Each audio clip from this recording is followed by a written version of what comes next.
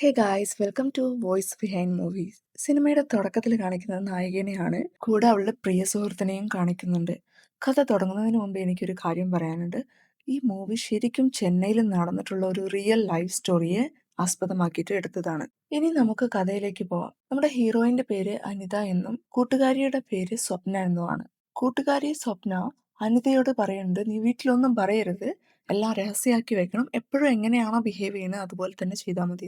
അനിത അവളെ കെട്ടിപ്പിടിച്ച് കരഞ്ഞുകൊണ്ട് പറയുന്നുണ്ട്, നീ എന്നെ കൈവിടരുത് എന്ന്. ഇതിൽ നിന്നും നമുക്ക് ഒരു കാര്യം മനസ്സിലാക്കാം, ഇവർ രണ്ടുപേരും ചേർന്ന് എന്തോ വലിയ കാര്യം ഹൈഡ് ചെയ്യുന്നുണ്ട്. അപ്പൊ എന്താണ് സംഭവിച്ചത് ഈ അനിതയ്ക്കും സ്വപ്നയ്ക്കും എന്നുള്ള കാര്യം നമുക്ക് പോണ വഴിയെ മനസ്സിലാക്കാം. നമ്മുടെ കഥ തുടങ്ങുന്നത് ഇങ്ങനെയാണ്. 2020 ന്യൂ ഇയർ കാണിച്ചിട്ടാണ്. ന്യൂ ഇയർ ദിവസം ഇതുപോലെ തല ഇവള് തോർത്തിക്കൊണ്ടിരിക്കുകയാണ്. അപ്പണ്ട് താഴെ ഇരുന്ന ഒരു ചിക്കുമുടിക്കാരൻ എന്ന് വെച്ചാൽ ഈ വീടുകളിലൊക്കെ വന്നിട്ട് മുടി കളക്ട് ചെയ്യാൻ വേണ്ടിയിട്ട് ആളുകൾ വരാറുണ്ട്. 20 ഗ്രാമിന് 20 രൂപ, 30 ഗ്രാമിന് 30 രൂപ അങ്ങനെ പറഞ്ഞിട്ട് നമുക്ക് ഒരു കാശും തരും, ആ മുടി എടുത്തിട്ട് പോകും.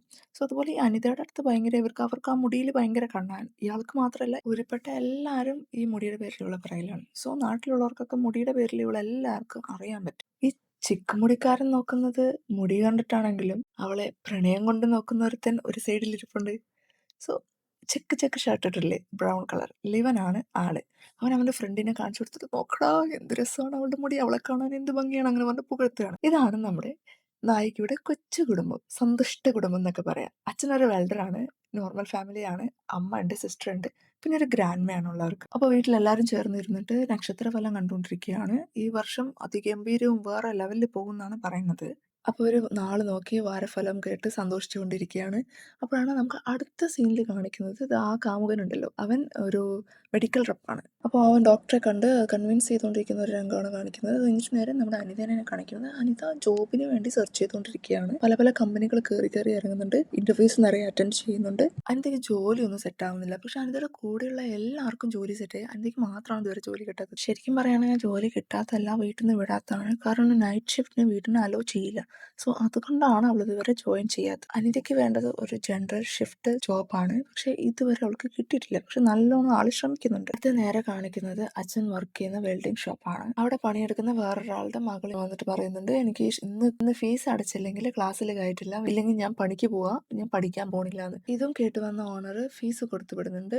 മാത്രമല്ല ആള് പറയുന്നുണ്ട്, പെൺകുട്ടികൾ പഠിക്കണം, അവർ നല്ല നിലയിലെത്തും, നമ്മൾ അങ്ങനെ നോക്കും. പിന്നെ ആളുടെ മകളെ കുറിച്ചുള്ള പ്രതീക്ഷകൾ, അയാളുടെ ഓരോ സ്വപ്നങ്ങളെ കുറിച്ചും അയാളോട് സംസാരിക്കുന്നുണ്ട്. ഇത് നേരെ കാണിക്കുന്ന അനിതയാണ്. അവൾ ആ ചിക്കുമുടിക്കാരനായിട്ട് അടിയുണ്ടാക്കിക്കൊണ്ടിരിക്കുകയാണ്. അപ്പൊ ആള് പറഞ്ഞിട്ട്, ഈ നാട്ടിലെ ഏറ്റവും ഭംഗിയുള്ള മുടി നിനക്കാണുള്ളത്, അങ്ങനെയാണ് ഇങ്ങനെയാണ് അങ്ങനെ ചെയ്യണം. അപ്പൊ ആളതിൽ വീണ് പോകുന്നുണ്ട്. അടുത്ത സീൻ കാണിക്കുന്ന വെൽഡിംഗ് ഓണറെയാണ്. ആളുടെ വൈഫ് കോൾ ചെയ്തിട്ട് ഇങ്ങോട്ട് വരാൻ പറയുന്നുണ്ട്. ഇവര് നേരെ പോകുന്നത് പോലീസ് സ്റ്റേഷനിലേക്കാണ്. മകൾ രജിസ്റ്റർ മാരേജ് ചെയ്തു എന്ന വാർത്തയാണ് അറിയുന്നത്. കേട്ടത് ആളൊന്ന് തകർന്നു പോകുന്നുണ്ട്. കാരണം MBBS പഠിക്കണം ആളായിരുന്നു, ലാസ്റ്റ് ഇയർ ആയിരുന്നു. സോ കുറെ പ്രതീക്ഷകളൊക്കെ വെച്ചിട്ടുണ്ടായിരുന്നു. പാരന്റ്സ് രണ്ടുപേരും മകളുടെ കൈകാലൊക്കെ പിടിച്ചു നോക്കും, അച്ഛന് കാലിൽ തന്നെ വീഴും, പക്ഷെ മകൾക്ക് ഒരു കുലുക്കം ഉണ്ടാവില്ല.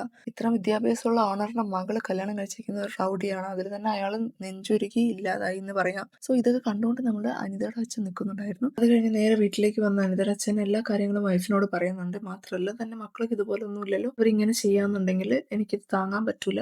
ഇത് കേൾക്കുമ്പോൾ ഭാര്യ പറയുന്നുണ്ട്, നമ്മുടെ മക്കൾ ഒരിക്കലും നമുക്ക് വിഷമിക്കുന്ന പോലെ ഒരു കാര്യം ചെയ്യത്തില്ല, നിങ്ങളൊന്നും കൊണ്ടും പേടിക്കേണ്ട, അവർ നല്ല കുട്ടികളാണ്. ഇവർ പറഞ്ഞുകൊണ്ടിരിക്കുന്ന ഈ കാര്യങ്ങളെല്ലാം അനിത കേൾക്കുന്നുണ്ടായിരുന്നു.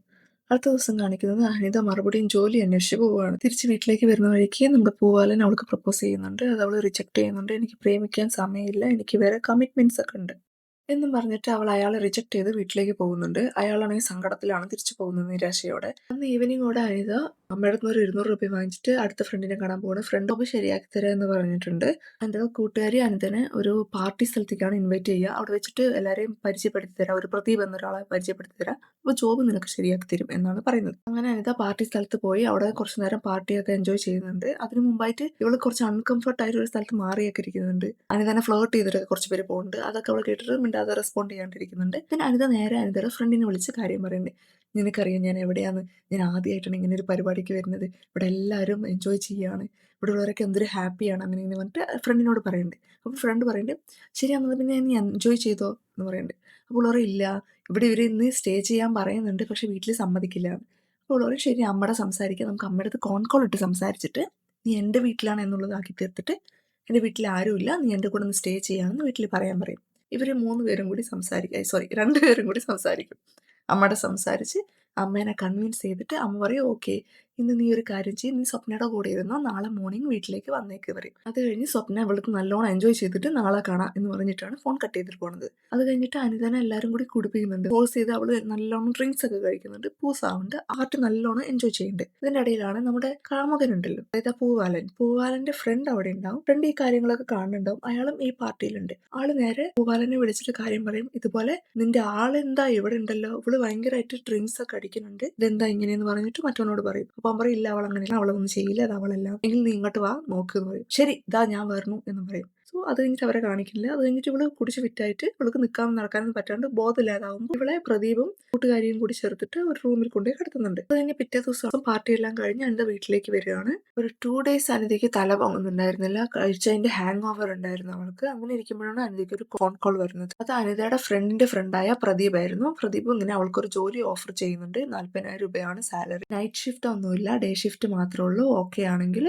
ആക്സെപ്റ്റ് ചെയ്യാൻ പറഞ്ഞിട്ട് അപ്പൊ അവള് ഓക്കെ എന്ന് പറയുന്നുണ്ട്. നേരെ വീട്ടിലെല്ലാരെയും അറിയിക്കുന്നുണ്ട്. മുത്തശ്ശിക്ക് ഒരു ഫോണൊക്കെയാണ് അവൾ ഓഫർ ചെയ്യുന്നത്. നീ സാലറി കിട്ടിയാൽ നിനക്കൊരു ഫോൺ വാങ്ങിച്ചു തരാം എന്നൊക്കെ പറയുന്നുണ്ട്. അടുത്ത പേരെല്ലാരും ചേർന്നിട്ട് അനിതയുടെ അച്ഛന്റെ ബോസിന്റെ വീട്ടിലേക്ക് പോയിരിക്കുകയാണ്. അങ്ങനെ അവിടെ വെച്ചിട്ട് ബോസ് പറയുന്നുണ്ട്, അതായത് അനിതയുടെ അച്ഛന്റെ ബോസ് പറയുന്നുണ്ട്, മോളെ അച്ഛനും അമ്മയ്ക്ക് ചീത്തപ്പേര് വാങ്ങിക്കാതെ അവരെ നോക്കിക്കോണം, അതിനു വേണ്ടി ഒരുപാട് കഷ്ടപ്പെട്ടിട്ടുണ്ട് എന്നൊക്കെ. അതുപോലെ ഇടയ്ക്കിടയ്ക്ക് ചുമച്ചുകൊണ്ടിരിക്കുന്ന അനിതയുടെ അടുത്ത് ഹോസ്പിറ്റലിൽ പോയിട്ട് എന്താന്ന് നോക്കുന്ന് പറയുന്നുണ്ട്. സോ അത് കഴിഞ്ഞത് അവൾ നേരെ ഹോസ്പിറ്റലിൽ പോകുന്നുണ്ട്. ഡോക്ടറെ കൺസൾട്ട് ചെയ്യുമ്പോൾ അനിത ഇങ്ങനെ പറയുന്നുണ്ട്, അവൾക്ക് ഭയങ്കര ക്ഷീണമാണ്, തലചുറ്റുന്നുണ്ട്, തീരെ വയ്യ, ടയേർഡാണ്, അങ്ങനെ കുറെ കാര്യങ്ങളൊക്കെ പറയുന്നുണ്ട്. അപ്പൊ ഡോക്ടർ പറയുന്നുണ്ട്, പീരീഡ്സ് ഒക്കെ എങ്ങനെയാണോ, കറക്റ്റ് ആണോ എന്നൊക്കെ ചോദിക്കുന്നുണ്ട്. അപ്പോൾ പറഞ്ഞില്ല, എനിക്ക് തൈറോയിഡ് ആയതുകൊണ്ട് അധികം വരാറില്ല, 3 വർഷമായിട്ട് എനിക്ക് ഇറഗുലർ ആയിട്ടാണ് വരാറുള്ളത്, ലാസ്റ്റ് എപ്പോഴാണ് വന്നതെന്നൊക്കെ ചോദിച്ച് മനസ്സിലാക്കുന്നുണ്ട്. അത് കഴിഞ്ഞിട്ട് ഉള്ള ടെസ്റ്റിന് എന്തെങ്കിലും വിധേയമാക്കുമ്പോൾ അവള് ദേഷ്യപ്പെട്ട് ഡോക്ടറെ അടുത്ത് നിന്ന് പുറത്തിറങ്ങി വരികയാണ് ചെയ്യുന്നത്. അപ്പൊ രാത്രി അവൾക്ക് ഉറക്കമൊന്നുമില്ല. ഇടയ്ക്ക് ഇങ്ങനെ ഫോണിൽ കുത്തിക്കൊണ്ട് നോക്കുന്നുണ്ട്. അമ്മ വഴക്ക് പറയുന്നുണ്ട്, ഫോൺ എടുത്ത് വെച്ച് മാറ്റി കിടന്നുറങ്ങാൻ പറയുന്നുണ്ട്. രാവിലെ നേരത്തെ തന്നെ എണീച്ച് അവൾ ഒരു പ്രഗ്നൻസി ടെസ്റ്റർ എടുത്ത് ടെസ്റ്റ് ചെയ്ത് നോക്കുന്നുണ്ട്. നോക്കുമ്പോൾ അതിൽ 2 വരെ തെളിഞ്ഞു കാണിക്കുന്നുണ്ട്, പോസിറ്റീവ് എന്നാണ് കാണുന്നത്. ഉടനെ തന്നെ അത് കൺഫേം ചെയ്യാൻ വേണ്ടി അവൾ അടുത്തുള്ള ക്ലിനിക്കിൽ പോയി ടെസ്റ്റ് ചെയ്ത് നോക്കുന്നുണ്ട്. അവർ അനിതയോട് പറയുന്നുണ്ട്, കൺഗ്രാറ്റുലേഷൻസ്, നിങ്ങളൊരു അമ്മയാകാൻ പോകുന്നു. ഇത് കേട്ടതും അനിത അവിടുന്ന് തകർന്നു പോകുന്നുണ്ട്. അവൾ അപ്പൊ ആലോചിക്കുകയാണ്, അന്ന് എന്താ സംഭവിച്ചത്, എവിടെ നിന്നായിരിക്കും ഈ മിസ്റ്റേക്ക് നടന്നിട്ടുണ്ടാവുക. അങ്ങനെ ആലോചിക്കുമ്പോൾ അവൾക്ക് ആദ്യം അവളുടെ മനസ്സിൽ വന്ന് കയറുന്നത് എന്താ വെച്ചാൽ ഈ വിഷ്വൽസ് ആണ്. അന്ന് അവള് പാർട്ടിക്ക് പോയതും അവിടുന്ന് സംഭവങ്ങളൊക്കെയാണ് അവൾക്ക് ഓർമ്മ വരുന്നത്. അതിനുശേഷം എന്ത് സംഭവിച്ചെന്ന് ആൾക്ക് ഒരു ബോധമില്ല. അവളുടെ ഫ്രണ്ടിനെ വിളിച്ചിട്ട് ഫ്രണ്ടിന്റെ അടുത്ത് കാര്യങ്ങളൊക്കെ പറയുന്നുണ്ട്. അപ്പൊ ഫ്രണ്ട് അവളോട് ചോദിക്കുന്നുണ്ട്, നിനക്ക് ഇങ്ങനെയൊക്കെ സംഭവിച്ചു, നിന്റെ മേലെ ഒരാൾ കിടന്നിട്ട് പോലും നിനക്കത് മനസ്സിലായില്ല. വളരെ മോശമായിട്ട് തന്നെ സ്വപ്ന അനിതനെ വഴക്ക് പറയുന്നുണ്ട്. നീ എന്നെ തെറ്റിദ്ധരിക്കല്ലേ എന്ന് പറഞ്ഞിട്ട് ഇവള് ഭയങ്കരമായിട്ട് കരയുന്നുണ്ട് അവളോട്. അതിനുശേഷം അതിനൊരു സൊല്യൂഷൻ എന്ന രീതിയിൽ ഇവരൊരു ഡോക്ടറെ കാണാൻ പോകുന്നുണ്ട്. അതായത് ഫസ്റ്റ് കണ്ടില്ലേ, ആ ഡോക്ടറെ തന്നെയാണ് കാണുന്നത്. അവൾ ഓൾറെഡി ഒരു അടി ഉണ്ടാക്കിയത് കൊണ്ട് ഡോക്ടർ നല്ലോണം റിവെഞ്ച് ചെയ്ത് വരുന്നുണ്ട്. നല്ല കണക്കിന് അവളെ ചീത്ത പറയുന്നുണ്ട്. അവൾ കൈയും കാലൊക്കെ പിടിച്ച് നോക്കും, എനിക്കിത് അബോർഷൻ ചെയ്യണം എന്ന് പറയുന്നുണ്ട്. പക്ഷേ ആ ഡോക്ടർ അമ്പിനും വില്ലിനും അടുക്കില്ല. ഇവളുടെ ഫ്രണ്ട് സ്വപ്ന കുറേ സംസാരിക്കും, കേൾക്കില്ല. അനിത കാല് പിടിച്ച് കരയുന്നുണ്ട്, സമ്മതിക്കില്ല. ലാസ്റ്റ് കമ്പൗണ്ടറെ വിളിച്ച് ഇവളെ ഹോസ്പിറ്റലിനെ പുറത്താക്കുകയാണ് ചെയ്യുക. ഇവരുടെ ഫ്രണ്ട് സ്വപ്ന കൂടെ നിന്ന് എപ്പോഴും അവൾക്ക് ഇങ്ങനെ സപ്പോർട്ട് ചെയ്തുകൊണ്ടിരിക്കും. കുഴപ്പമില്ല, നീ പെരീഡ് ആവണ്ട, നിന്റെ കൂടെ ഞാനുണ്ട്, നമുക്ക് അടുത്ത ഡോക്ടറെ കാണാം എന്ന് പറഞ്ഞിട്ട് ഇവർ അടുത്ത ഡോക്ടറെ അടുത്ത് പോയിട്ട് കൺസൾട്ട് ചെയ്യും. അപ്പം ഈ ഡോക്ടറോ അമ്പിനും വില്ലിനും അടക്കത്തില്ല. സോ അവർ എന്ത് ചോദിക്കുന്നത് വെച്ചാൽ, എന്നാൽ നിങ്ങൾ ഞങ്ങൾക്ക് പ്രിസ്ക്രിപ്ഷൻ എങ്കിലും എഴുതുക, പ്രിസ്ക്രിപ്ഷൻ വെച്ചിട്ട് ഞങ്ങളത് നോക്കിക്കോളാം എന്ന് പറയും. അതിന് ആ ഡോക്ടർ വളരെ മോശമായ രീതിയിലാണ് അവളോട് സംസാരിക്കുക. അവരും പാരൻസിനെ കൊണ്ടുവരാനൊക്കെ പറയും. എന്നിട്ട് അവിടുന്ന് സങ്കടപ്പെട്ട് അവൾ വീണ്ടും ഇറങ്ങും. ഇതിൻ്റെ ഇടയിൽ ഇവർ കുറേ മെഡിക്കൽ ഷോപ്പിലൊക്കെ കയറി ഇറങ്ങുന്നുണ്ട്. എവിടെയും പ്രിസ്ക്രിപ്ഷൻ ഇല്ലാതെ മെഡിസിൻ കൊടുക്കില്ലെന്ന് പറഞ്ഞ് വീട്ടിലേക്ക് വന്ന അനിത കാണുന്നത് ഒരു ന്യൂസാണ്. ആ ന്യൂസിൽ പറയുകയാണ്, ഇതുപോലെ ലോക്ക്ഡൗൺ വരാൻ പോവാണ് കൊറോണ കാരണം. സോ ഇവർ കൊണ്ടുവരും ഭയങ്കര ഷോക്കായി പോകും. അനിത സ്വപ്നനെ വിളിച്ച് പറയും, ഇതുപോലെ ലോക്ക്ഡൗൺ വരും, നീ കണ്ടായിരുന്നോ ന്യൂസ് എന്നൊക്കെ. അപ്പോൾ പറയും, ഞാൻ ന്യൂസ് കണ്ടുകൊണ്ടിരിക്കുകയാണ് എന്ന് സ്വപ്ന പറയും. അതിനനിത, ഇനി നമ്മൾ എന്ത് ചെയ്യും, ലോക്ക്ഡൗൺ എന്ന് വെച്ചാൽ പുറത്തിറങ്ങാൻ പറ്റില്ല, ഹോസ്പിറ്റൽസ് പോകുമ്പോൾ ബുദ്ധിമുട്ടാവും. ഈ ലോക്ക്ഡൗണിന്റെ ഇടയ്ക്കാണ് ഇങ്ങനെ ഒരു സംഭവത്തിൽ വന്ന് മാട്ടിയിരിക്കുന്നത്, പെട്ട് കിടക്കുന്നത്. ഇനിയുള്ള കാര്യങ്ങളൊക്കെയാണ് കുറച്ച് ഡിഫിക്കൽട്ടി ആയിട്ടിരിക്കും സ്റ്റോറി പോവുക. വേറെ ലെവൽ നല്ല മൂവിയാണ്. ഞാൻ ഈ മൂവി കാണുമ്പോൾ ചില സമയങ്ങളിൽ എനിക്ക് ഞാനാണ് അനിത എന്ന് എനിക്ക് തോന്നിയിട്ടുണ്ടായിരുന്നു. വേദന എനിക്ക് എൻ്റെ വേദനയായിട്ട് ഫീൽ ചെയ്തിട്ടുണ്ടായിരുന്നു. എനിക്ക് സിനിമ കണ്ടു കഴിഞ്ഞിട്ട് എനിക്ക് ഉറങ്ങാനൊക്കെ ഭയങ്കര ബുദ്ധിമുട്ടായിരുന്നു. കൊറോണ ആയതുകൊണ്ട് വീട്ടിലെല്ലാ മെമ്പേഴ്സും എപ്പോഴും വീട്ടിൽ തന്നെ ഉണ്ടാവും. അറിയാമല്ലോ, നമ്മളും കൊറോണ സമയത്ത് അങ്ങനെയൊക്കെ ആയിരുന്നല്ലോ. എല്ലാവരുമായിട്ട് സ്പെൻഡ് ചെയ്യാനും പറ്റിയിട്ടുള്ള ഒരു സന്ദർഭമായിരുന്നു കൊറോണ ടൈം, റൈറ്റ്? സോ ഇവിടെ അങ്ങനെയെന്ന് വെച്ചാൽ കൊറോണ ടൈം ആയതുകൊണ്ട് അവൾ സിസ്റ്റർ എപ്പോഴും വീട്ടിലുണ്ട്. ഇവളെപ്പോഴും ഈ ഫോണിൽ ഇങ്ങനെ ഇതുമായിട്ട് പ്രഗ്നൻസിയായിട്ട് ബന്ധപ്പെട്ട് അതെങ്ങനെ കളയാന്നുള്ള കാര്യങ്ങളൊക്കെ അന്വേഷിച്ചുകൊണ്ടിരിക്കും. സിസ്റ്റർ എടുക്കുമ്പോൾ ഫോൺ എൻ്റെ ഫോൺ എന്തിനാണ് എടുക്കുന്നത് എന്ന് പറഞ്ഞിട്ട് ഭയങ്കരമായിട്ട് ബഹളം ഉണ്ടാക്കും. അപ്പോൾ സിസ്റ്റർ പറയും, ഇവൾക്ക് എന്തോ ഉണ്ട്, ഇവളെന്തോ മറയ്ക്കുന്നുണ്ട്, അതുകൊണ്ടാണ് ഇവളിങ്ങനെയൊക്കെ ചെയ്യുന്നത്. അവളെന്ത് ഫോൺ തന്ന് എന്താ കുഴപ്പമെന്നൊക്കെ പറയും. കഴിഞ്ഞ് ആ ഒരു അടിയിടിയൊക്കെ കഴിഞ്ഞ് പിന്നെ ഇവള് കളയാൻ എന്തൊക്കെ ചെയ്യാൻ പറ്റുമോ അതൊക്കെ ചെയ്യുന്നുണ്ട്. ഭയങ്കരമായിട്ട് വർക്കൗട്ട് ചെയ്യുന്നുണ്ട്. പപ്പായ പോലുള്ള സാധനങ്ങളൊക്കെ കഴിക്കുന്നുണ്ട്. സമയം കിട്ടുമ്പോഴൊക്കെ മെഡിക്കൽ ഷോപ്പിൽ കയറിയിട്ട് മെഡിസിൻസ് അന്വേഷിക്കുന്നുണ്ട്. പക്ഷെ എവിടെ അന്വേഷിക്കുമ്പോഴും കിട്ടുന്നില്ല. പ്രിസ്ക്രിപ്ഷൻ ഇല്ലാതെ തരാൻ പറ്റില്ല എന്ന് എല്ലാവരും പറയുന്നത്. അവരുടെ കഠിന ശ്രമത്തിന്റെ ഫലമായിട്ട് ഇവരൊരു ഡോക്ടറെ കണ്ടുപിടിക്കുകയും അയാൾ ഇവർക്ക് ഹെൽപ്പ് ചെയ്യാന്ന് പറയുകയും ചെയ്യും. ആള് പറയും എനിക്ക് ഇത്ര രൂപ തന്നു പറഞ്ഞാൽ ഞാൻ ചെയ്തു തരാം. ആദ്യം 20 പറയും, പിന്നെ 30 എന്ന് പറയും. വേറെ വഴിയില്ലാത്തതുകൊണ്ട് ശരി എന്ന് പറയും. ഇവളെല്ലായിടത്തും ഇങ്ങനെ കാശ് ചോദിക്കുമ്പോൾ മുത്തശ്ശി ചോദിക്കുക എന്തിനാ ചോദിക്കുക. പറയും എൻ്റെ ഒരു ഫ്രണ്ടിന്റെ അച്ഛൻ ഹോസ്പിറ്റലിലാണ്, കൊറോണ വന്നു, അവർക്ക് കാശ് കൊടുക്കാനായിരുന്നു എന്നൊക്കെ പറയും. അപ്പോൾ അമ്മാമ്മ, അതായത് അവളുടെ മുത്തശ്ശി, ഇവൾക്ക് അവർക്ക് ഫോൺ വാങ്ങിക്കാൻ വേണ്ടി ഒരു 5000 രൂപ എടുത്ത് വെച്ചിട്ടുണ്ട്. ആ കാശ് എടുത്ത് കൊടുക്കുന്നത് എൻ്റെ ഫോൺ വാങ്ങിക്കാനുള്ള കാശാണ്, എനിക്ക് അവർ തരുമ്പോൾ തിരിച്ചു തരണേ, ഇതിപ്പോൾ നീ യൂസ് ചെയ്തോളൂ, ആവശ്യത്തിന് ഉതകട്ടെ എന്ന് പറഞ്ഞിട്ട് കൊടുക്കും. അത് മാത്രമല്ലാതെ അവൾ കുറേ പേരുടെ അടുത്ത് കടം വാങ്ങിക്കും. എല്ലാവരും ഇവർക്ക് കുറച്ച് കാശായിട്ട് കടം വാങ്ങിച്ച് ഒരു പർട്ടിക്കുലർ എമൗണ്ട് ആകുമ്പോൾ ഇവൾ അവരുടെ അടുത്ത് കൊണ്ടുപോയി കൊടുക്കുന്നുണ്ട്.